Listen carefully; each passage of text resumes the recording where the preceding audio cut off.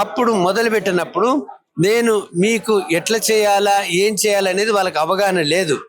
42% ఎట్లా reservations implement చేస్తారనేది ఏమాత్రం అవగాహన లేదు. వాళ్ళకు లీగల్ నాలెడ్జ్ కూడా లేదు. వాళ్ళ అడ్వకేట్ జనరల్, మంత్రులు, తర్వాత ఈయన ముఖ్యమంత్రికి కూడా ఏ అవగాహన లేదు. లేనప్పుడు వాళ్ళు తర్జన భర్జన చేస్తున్నప్పుడు వేరే పార్టీలందరూ కూడా మీరు అన్నారు కదా, మీరు రిజర్వేషన్స్ ఇంప్లిమెంట్ చేసుకోవాలా, ఎట్లా చేసుకుంటారో చేసుకోండి అని వీళ్ళు అన్నప్పుడు నేను ఒక సొల్యూషన్ ఇచ్చిన. ఏమని సొల్యూషన్ ఇచ్చిన అంటే, ఇది ఎప్పుడు 2000 ఎప్పుడంటే నేను ఇచ్చింది ఒక ఇది ముసాయిదాని జనవరి 2025లో ఇచ్చిన. ఒక యాక్ట్ తయారు చేసిన, ఒక పీపీటీ ప్రజెంటేషన్ కూడా చేసి తమిళనాడు యాక్ట్ తెప్పించుకొని నేను అక్కడ ఎట్లయితే రాజ్యాంగబద్ధంగా ఎమెండ్ చేసినారో ఆర్టికల్ 31C ప్రకారం ఒక చట్టాన్ని తయారు చేసి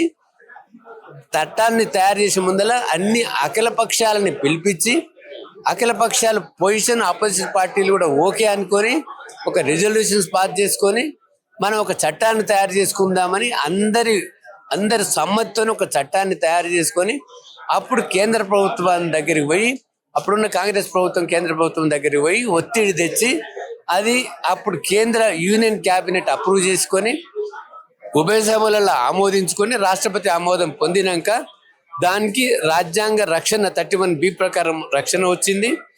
9th షెడ్యూల్లో కలిపినారు. 257 సీరియల్ నెంబర్ 9th షెడ్యూల్లో కలిపితే దానికి రాజ్యాంగ బద్ధం వచ్చింది. కాబట్టి ఈ రకంగా మీరు తెలంగాణ ప్రభుత్వం చేస్తే మీకు రక్షించబడుతుంది అని నేను పవర్ ప్రజెంటేషన్ పెట్టిన. ఈ యాక్ట్ను కూడా తయారు చేయించిన క్లియర్గా, ఒక స్పూన్ ఫుడింగ్ లాగా. వాళ్ళకి అర్థం కాల.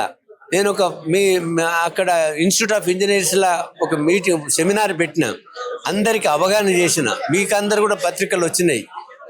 అక్కడ బీజేపీ వాళ్ళు వచ్చిండ్రు, కాంగ్రెస్ వాళ్ళు వచ్చిండ్రు, బీఆర్ఎస్ వాళ్ళు వచ్చిండ్రు, కానీ ఎవరికి కూడా అప్రిషియేషన్ చేసే శక్తి అర్థం చేసుకునే శక్తి లేదు.